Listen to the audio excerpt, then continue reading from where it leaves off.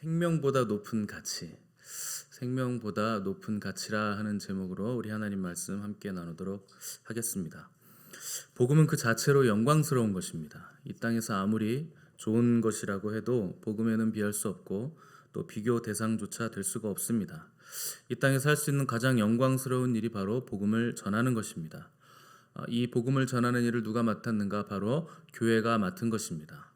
복음을 전하는 교회는 이 복음의 영광 때문에 말할 수 없는 영광으로 가득 차게 되어 있는데, 그래서 교회의 다른 이름을 충만이라 이렇게 부르는 것입니다. 그러나 이 복음 안에는 영광 외에 또 다른 영광이 하나 있는데, 그것은 바로 고난이라는 영광이 또한 포함이 되어 있다는 사실을 알아야 됩니다. 우리가 생각하기에 영광은 그냥 우리 느낌에 좋은 것일 것만 같고 반짝이는 것일 것만 같고 빛나는 것인 것 같겠지만, 영광이라는 히브리어 카바드라는 단어 자체가 무겁다라는 뜻입니다. 사실 영광은 우리가 감당하기에는 굉장히 무거운 무게로 다가오는 것인데, 이 복음 안에 있는 영광 중에는 감당하기 어려운 무거운 고난의 영광, 이것도 포함되어 있다 하는 것을 우리가 반드시 기억을 해야 됩니다. 사도 바울은 복음을 위해서 살았던 사람이기 때문에 누구보다도 고난을 몸소 다 겪었던 사람입니다. 그의 일생을 자세히 살펴보시면 세 가지의 고난을 받았다 하는 것을 우리가 알 수 있는데, 첫째로 바울은 육체적인 고난을 많이 받았습니다. 옥에 갇히고 또 매를 맞고 죽을 고비를 여러 번 넘긴 사람이 바로 사도 바울입니다. 배를 타고 가다가 풍랑을 만나 파산을 당하기도 하고, 또 유대인과 이방인들의 위협을 조직적으로 받기도 하고, 또 광야와 바다의 위험과 굶주림과 목마름과 또 헐벗음 당하는 일을 수시로 겪어야 했는데, 사실 사도 바울 정도 되는 위치에 있는 사람이면 전혀 겪지 않아도 될 고난들을 바울은 겪은 것입니다. 이 바울이 당한 육체적인 고난은 인간으로서는 감당하기가 매우 힘든 고난들이었습니다. 또 바울은 거기다가 몸의 질병까지 가시로 가지고 있었는데, 바울은 이 질병에 대해서 여러 계시를 받은 것이 너무나 커서 자만하지 않게 하시려고 내 육체에 가시를 주셨다, 이렇게 기록을 하고 있습니다. 바울이 받은 계시는 그 당시에 어떤 사도들도 받지 못한 크고 깊은 계시여서 하나님은 바울이 너무 교만해지지 않도록 그에 상응하는 가시도 그의 몸에 주셨다 하는 것입니다. 그가 누구도 받지 못했던 지극히 큰 계시를 받았기 때문에 교만하기가 쉽다 하는 것입니다. 은혜를 많이 받은 사람들은 쉽게 교만해지고, 능력을 많이 받은 사람도 쉽게 교만해지게 돼 있습니다. 그래서 하나님은 그들이 교만해지지 않도록 그 육체에 가시를 주시는 것입니다. 특별히 바울은 사역하는 내내 이 육체의 가시 때문에 굉장히 괴로워했습니다. 그러나 또한 그 가시 때문에 바울은 겸손할 수 있었고, 또 그 겸손함으로 복음을 전하는 자리에 있을 수가 있었습니다. 이 가시가 바울을 육체적으로 괴롭혔을지는 몰라도 영적으로는 그가 망하지 않게 해주는 하나님의 사랑이요 또 보호 장치였다 하는 것을 알고 있어야 됩니다. 만약 우리에게 가시가 있다면 그것으로 인해 교만해지지 않고 하나님만 바라보게 해주는 하나님의 사랑이라 하는 것을 우리가 깨달을 수 있어야 됩니다. 특별히 육체의 질병들을 위해서 우리가 기도를 해보면 어떤 경우에는 한 번의 기도로 그때 치유가 되는 경우도 있고, 또 이번 경우처럼 2주가 걸리는 경우도 있었고, 또 몇 년씩 걸리는 분도 있고, 또 아예 낫지 않는 분도 있습니다. 그것은 제 능력이나 제가 뭘 어떻게 하는 것이 아니라 하나님께서 그것은 정해주시는 것입니다. 하나님의 섭리 안에 있는 것이기 때문에 어느 때든지 계속 기도하다 보면 낫는 경우도 있고, 또 하나님께서 필요하기 때문에 낫지 않고 제거해 주시지 않는 질병도 있다 하는 것입니다. 어떠한 경우에든지 하나님의 기쁘신 뜻과 섭리가 있음을 믿고 우리는 감사할 수 있어야 됩니다. 거기에 하나님의 사랑이 있고 하나님의 뜻이 있기 때문에 그렇습니다. 두 번째로 바울이 겪은 고난은 정신적인 고난을 또 많이 겪었습니다. 사실 육체적인 고난보다 더 큰 고난이 정신적인 고난입니다. 그래서 바울은 자기의 육체적인 고난을 다 열거한 후에 이 외의 일은 고사하고 아직도 날마다 내 속에 눌리는 일이 있다, 이렇게 고백을 했습니다. 자기가 받은 육체적 고난은 아무것도 아닌 것이라 이렇게 얘기를 한 겁니다. 왜냐하면 정신적으로 눌리는 일이 있었는데 그것은 곧 모든 교회를 위하여 염려하는 것이라 하는 것이었습니다. 바울은 이방인 지역에 굉장히 많은 교회들을 세워놨는데 이 교회들이 이런저런 문제들이 굉장히 많이 발생했습니다. 그럴 수밖에 없습니다. 이방인 교회들은 그들이 이방인이었기 때문에 문제가 많을 수밖에 없습니다. 유대인들도 성령을 받았고 이방인들도 똑같이 성령을 받고 복음을 받아들였는데 유대인들의 교회는 사실 이렇다 할 큰 문제가 없었습니다. 그런데 이방인들의 교회는 밤낮 문제들이 있었습니다. 어떤 차이가 있었을까요? 믿은 연수가 복음을 받아들인 연수가 짧아서 문제가 생겼을까요? 이방인 교회에 문제가 생기는 이유는 딱 하나입니다. 그들이 토라, 모세오경 율법을 가지고 있지 않은 자들이기 때문에 그렇습니다. 토라는 하나님의 백성들의 삶의 표준이요 도덕법이요 질서입니다. 그 법을 가지고 있지 않은 이방인들이었기 때문에 토라를 지키지 않기 때문에 사회적으로 성적인 문제가 발생한다거나 도둑질이 발생한다거나 여러 가지 문제들이 발생하게 돼 있습니다. 이것이 율법을 가지고 있는 이방인들의 특권이라 하는 것입니다. 똑같이 복음을 받아들이고 똑같이 성령을 받아도 율법이 있는 민족과 율법이 없는 이방인 사이에는 굉장히 많은 차이가 있었기 때문에 바울이 세운 이방인들의 교회들에서는 굉장히 많은 문제들이 보고가 됐었고 바울은 이것 때문에 내가 정신적으로 항상 눌리고 힘들다 하는 고백을 했던 것입니다. 이 바울의 정신적인 고통, 이 고통이 얼마만큼의 고통이었는가 하는 것은 우리가 상상하기가 매우 힘든데 이 고통에 대해서 바울은 내가 이것 때문에 살 소망까지 끊어지고 마음의 사형 선고를 받은 것 같다라고 할 정도였으니까 이 교회들로 인한 바울의 정신적인 고통은 아마 눌린다, 고통스럽다 정도를 넘어서 살 소망이 끊어질 만큼 바울을 아주 힘들게 했던 정신적인 고통을 교회들로부터 받았다 하는 것을 우리가 알 수 있습니다.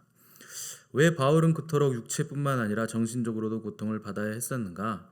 그가 리더였기 때문에 그렇습니다. 초대교회의 사도였기 때문에 또 많은 교회를 세운 설립자였기 때문에 당연히 탑 리더로서 그 자리에 있는 자로서 감당해야 하는 고통이 바울에게는 있었다 하는 것입니다. 우리는 너무 쉽게 아주 큰 대기업의 회장들이나 돈이 많은 사람이나 아주 높은 자리에 있는 사람들을 우습게 보고 내가 저 자리에 가도 더 잘할 수 있겠다 이런 말들을 하는데 그렇지 않습니다. 그 자리와 그 위치에 있는 사람들은 그 자리와 위치 때문에 오는 정신적인 고통, 아주 큰 부담들을 계속 감당하면서 그 자리에 있다 하는 것을 알아야 됩니다. 원래 탑 리더일수록 정신적인 고통이 큰 법입니다. 왜냐하면 결국에 모든 것을 결정해야 하는 사람은 리더입니다. 결정권을 그가 가지고 있고 결국 모든 것들을 생각해서 올바른 결정을 내야 하기 때문에 항상 스트레스가 있다 하는 것입니다. 세 번째로 바울이 겪은 고통은 영적인 고통입니다. 육적이고 혼적이고 영적인 고통까지 바울은 다각적으로 겪은 사람입니다. 육체적인 고통보다는 정신적인 고통이 크고 또 정신적인 고통보다 더 큰 것이 영적인 고통입니다. 이 영적인 근심과 고통은 특별히 바울에게 있어서는 자기 자신에 대한 고통과 또 자기 동족들의 유대인 민족들에 대한 고통 두 가지였습니다. 이에 대해서 바울은 내가 내 몸을 쳐 복종하게 함은 내가 남에게 전파한 후에 자신이 도리어 버림을 당할까 두려워함이라 이렇게 고백을 했습니다. 내가 지금 열심히 복음을 전하고는 있는데 내가 다른 사람을 구원으로 이끌고 유익을 끼치기는 하겠지만 정작 나 자신도 얼마든지 버림받을 수 있다 하는 것이 그런 위기감이 바울에게 있었다 하는 것입니다. 이것은 모든 목회자들의 고통입니다. 그리고 모든 목회자들의 걱정입니다. 열심히 말씀은 전하고 설교를 하고 또 열심히 사역은 하는데 내가 버림받을까 두렵다 하는 것입니다. 얼마든지 중간에 변질될 수 있고 얼마든지 성령으로 시작했다가 마지막에는 육체로 끝맺을 수 있는 사람들이 바로 사역자들입니다. 그래서 여러분들이 사역자들을 위해서 끊임없이 기도해 주셔야 하고 옆에서 계속 조언을 해 주셔야 됩니다. 정신을 못 차리고 있으면 정신을 차리십시오 목사님 이렇게 말씀을 하셔야 됩니다. 여러분 그런 것에 거리낌을 가지시면 안 됩니다. 잘못되는 길을 가는 것보다 돌이키게 만드는 것이 훨씬 더 선하고 좋은 일이기 때문에 그렇습니다. 또 한 가지 바울의 근심이 있었는데 이 영적인 고민은 자기 민족을 생각할 때마다 눈물이 나고 가슴이 찢어진다 하는 것입니다. 왜 내 민족 유대인들은 메시아를 거부하는가? 왜 나는 이방인의 사도로 부르심을 받아 수많은 이방인들을 구원시키고 있는데 정작 나의 조국 유대인들은 구원을 받지 못하고 있는가? 왜 진리를 이단이라고 매도하면서 자기들 생각과 느낌에 맞지 않는다고 거부하고 함부로 하나님이 하시는 일들에 대해서 이렇게 거부하고 또 핍박을 하는가 하는 것이 바울의 아주 깊은 근심이었다 하는 것입니다. 이것을 생각하면서 바울의 가슴이 찢어졌다 하는 것입니다. 자기의 문제도 있었겠지만 자기 민족에 대한 문제가 바울에게 아주 큰 문제였습니다. 이 바울이 받은 이 세 종류의 고난은 사실 인간의 영혼육 전체를 관통하는 고난이었습니다.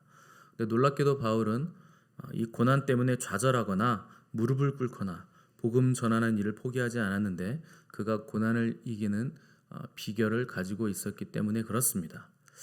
바울이 고난을 이길 수 있었던 비결은 그가 가진 복음의 능력 때문이었습니다. 복음에는 능력이 있습니다. 자신의 능력으로 바울이 이 영혼육의 고난을 이겨낸 것이 아니라 복음의 능력으로 고난을 이겨냈다 하는 것입니다. 그래서 바울은 로마서 1장 16절에서 내가 복음을 부끄러워하지 아니하노니 이 복음은 모든 믿는 자에게 구원을 주시는 하나님의 능력이 됨이라 이렇게 기록을 했습니다. 복음 자체에 하나님의 능력이 있다 하는 것입니다. 또한 바울이 고난을 이길 수 있었던 비결은 복음이 가지고 있는 영광이 있습니다. 로마서 8장 18절에서 생각건대 현재의 고난은 장차 올 영광과 좋게 비교할 수 없도다. 바울은 그 영광을 미리 본 것입니다. 여러분, 많은 목사들, 많은 사역자들이 왜 힘들고 어려운 이 길을 걸어갈까요? 영광을 알기 때문에 그런 것입니다. 그 영광을 미리 보고 영광을 미리 체험하고 앞으로 나에게 다가올 영광은 지금 있는 모든 고난과 핍박과 오해와 반목과 이 모든 아픔들보다 훨씬 더 크고 찬란하고 위대한 것이라 하는 것을 알기 때문에 이 사역의 자리에서 내려가지 않고 이것을 넉넉히 감당하고 있는 것입니다. 복음으로 인해 바울은 고난을 겪긴 했지만 이 복음으로 인해 오는 앞으로의 그 영광의 무게가 얼마나 무거운가 하는 것을 바울은 깨닫고 있었습니다. 오늘 본문 19절을 보시면 유대인들이 안디옥과 이고니온에서 와서 무리를 충동하니 그들이 돌로 바울을 쳐서 죽은 줄로 알고 시외로 끌어내쳤다 이렇게 기록을 했습니다. 그러니까 앞에서 전했던 마을 안디옥과 이고니온에서 바울을 비판하고 공격했던 무리들이 루스드라까지 바울을 추격해서 쫓아온 것입니다. 그리고 바울을 찾아와서 그 루스드라에 있는 사람들을 계속 충동질해서 바울을 돌로 쳐 죽여야 한다. 그래서 충동질을 했고 결국 그들이 넘어가서 바울을 돌로 쳤는데 얼마나 오랫동안 돌로 쳤는지는 모르겠지만 죽을 정도로 돌로 쳤다 하는 것입니다. 그래서 바울이 정말 실제로 죽은 줄 알고 성 밖으로 옮겨서 버려놓은 것입니다. 20절 보시면 제자들이 둘러섰을 때 바울이 일어나 그 성에 들어갔다가 다음 날 바나바와 함께 더베로 갔다고 기록을 했습니다. 여기서 제자들은 복음을 전하면서 바울을 따르게 된 제자들을 말합니다. 그러니까 현지인들을 말하는 것이죠. 그런데 제자들이 우리 스승이 죽었나 보다 이렇게 당황하고 있을 때 죽은 줄로만 알았는데 갑자기 바울이 일어난 것입니다. 갑자기 깨어나서 일어난 것도 매우 놀라운 일이지만 놀라운 것은 일어나자마자 다시 그 성읍으로 바울이 들어갔다 하는 것입니다. 이 사람이 감정이 상하면 내 감정 상하게 한 사람은 보고 싶지 않은 것이거든요. 당분간 보고 싶지 않습니다. 그냥 말로 싸운 사람과도 곧바로 보고 싶지 않은데 바울은 돌에 맞고 매를 맞았는데 자기에게 돌을 던진 그 사람들이 있는 그 성읍으로 다시 들어갔다 하는 것입니다. 왜 어떻게 바울은 이렇게 할 수 있었는가? 바울은 자기의 이익이나 자기 감정 때문에 돌에 맞은 것이 아니라 복음 때문에 돌에 맞은 것이기 때문에 아무런 감정의 상처가 없었다 하는 것입니다. 더 놀라운 일은 바로 그 다음 날에 바울과 바나바가 다시 더베로 가는 전도 여행을 떠났다 하는 것입니다. 이 사선을 넘나들 정도의 엄청난 고난을 겪었는데 아무 일도 없었던 것처럼 다음 날 바로 다시 길을 떠났다는 것입니다. 사실 이 정도 상황이면 중환자실에 입원해야 될 상황이거든요.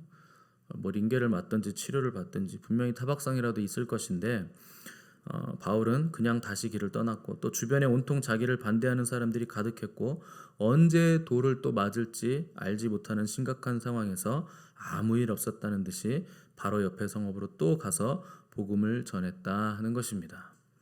어떻게 사람이 이럴 수 있는가? 우리와는 다른 사람인가? 어떻게 하루도 간병을 받거나 치료도 받지 않고 다시 전도 여행을 떠나고 복음을 전하는가? 이것이 우리의 궁금증입니다. 답은 간단합니다. 목숨을 걸었기 때문에 그런 것입니다.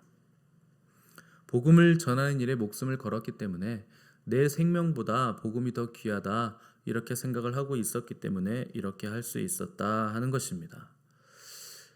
가장 허무한 인생은 내 생명을 걸 만한 일을 인생 내내 찾지 못한 인생입니다. 그것이 가장 허무한 삶입니다. 여러분들은 여러분들의 생명보다 귀중한 영원하고 소중한 가치를 가지고 계십니까? 목숨을 걸 만한 가치가 있습니까? 바울은 그것이 있었다 하는 것입니다. 이 시대 청년들은 존경하는 사람도 없고 닮고 싶은 사람도 없습니다. 저희 때만 해도 존경하는 인물이 다 있었거든요. 근데 이 시대 청년들은요, 존경하는 인물이 누구에 물으면 그냥 다 없다 그럽니다. 청소년들에게도 꿈이 뭐냐 이렇게 물으면 기껏해야 아이돌이 되는 겁니다.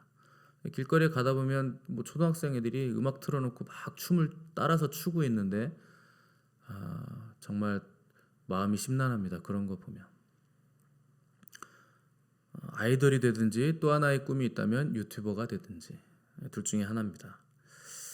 청년들에게 꿈이 뭐냐 물으면 안정적으로 돈을 버는 무슨 공무원, 또 자유롭게 세상을 돌아다니면서 인터넷으로 사업을 해서 많은 돈을 벌어서 내가 하고 싶은 거 내 마음대로, 내가 가고 싶은 것 내 마음대로 갈 수 있는 인생, 그런 것들이 자기의 꿈이라고 말을 합니다. 여러분들이 가고 싶은 것 다 가고 하고 싶은 것 다 하면 지옥 갑니다. 그런 것을 꿈이라고 할 수 없는 것입니다.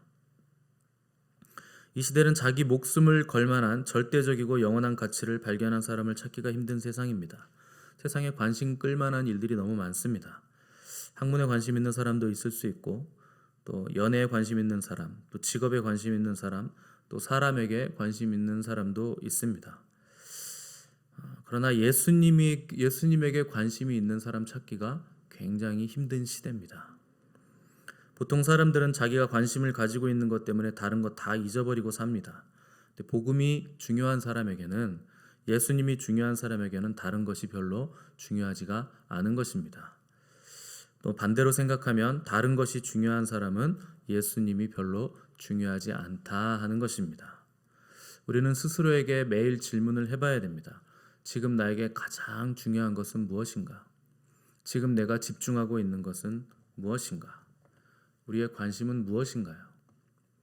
혹시 자녀 아닙니까? 혹은 우리의 가족들 아닙니까? 혹은 다른 무엇 아닙니까? 주님 아닌 것 외에 관심을 가지고 있다면 우선순위가 잘못된 것입니다. 주님은 나보다 자기 가족을 사랑하는 것도 나에게 합당치 못하다라고 성경에서 정확하게 말씀을 하셨습니다. 성경에 기록된 것은 진리이고 이것은 주님의 입에서 나온 것이기 때문에 이것 또한 진리입니다.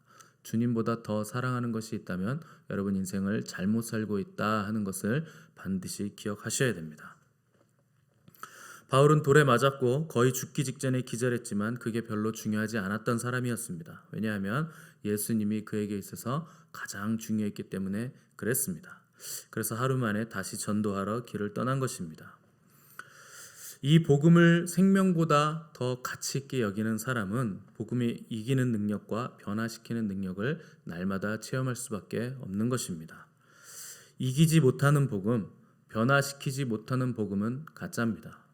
그것은 물탄 복음이요 능력 없는 복음입니다. 아무리 과거에 복음의 능력을 많이 체험하셨다 하더라도 지금 복음의 능력이 내 삶에서 일어나고 있지 않다면 그것은 죽은 복음입니다. 사람들이 우리를 환영하거나 환영하지 않거나 이 복음을 믿고 선포하면 반드시 변화가 일어나고 반응이 일어나게 돼 있습니다. 우리 교회가 가진 복음이 진짜 복음이라면 우리 교회를 찾아오는 사람들은 반드시 변하게 돼 있습니다. 안디옥도 변했고 이고니온도 변했고 더베도 변했고 루스드라도 이 복음 때문에 다 변한 것입니다. 그러나 환영하는 사람만 있는 것이 아니라 반대하는 사람도 있고 핍박하는 사람도 있고 우리에게 돌을 던지는 사람도 반드시 있습니다. 그것은 당연한 것입니다. 이것이 복음이 부딪혔을 때 나타나는 반응이기 때문에 그렇습니다. 그것은 우리가 가진 복음이 참된 복음이라는 증거입니다. 반대가 있더라도 핍박이 있더라도 우리가 전하면 변화될 사람들은 다 변할 것입니다. 가정도 변할 것이고 교회도 변할 것이고 세상도 변할 것입니다. 변화시키지 않는 복음은 죽은 복음이기 때문에 그렇습니다. 하나님이 가장 관심 있어 하시는 것은 사람들이 영원히 구원을 얻는 것입니다. 지옥 백성이 천국 백성으로 바뀌는 것입니다. 우리의 가족들이 구원을 받고 이웃들이 구원을 받으려면 복음의 능력밖에 없는 것입니다. 우리를 통해서 전해지는 복음으로 사람들이 구원을 얻는다면 이것보다 더 큰 영광은 없을 것입니다. 복음이 영원하듯 복음의 영광도 영원한 것입니다. 이 영광을 깨달으시기를 바라고 이 영광을 믿음의 눈으로 바라보시면서 우리가 걸어야 할 길, 이 복음의 길을 쉬지 않고 걸어가시는 저와 여러분들의 삶이 되시길, 특별히 올해 우리에게 주신 표처럼 우리의 가족들이 이 복음의 능력으로 구원을 얻는 영광스러운 일이 있으시기를 간절히 바랍니다. 기도하겠습니다.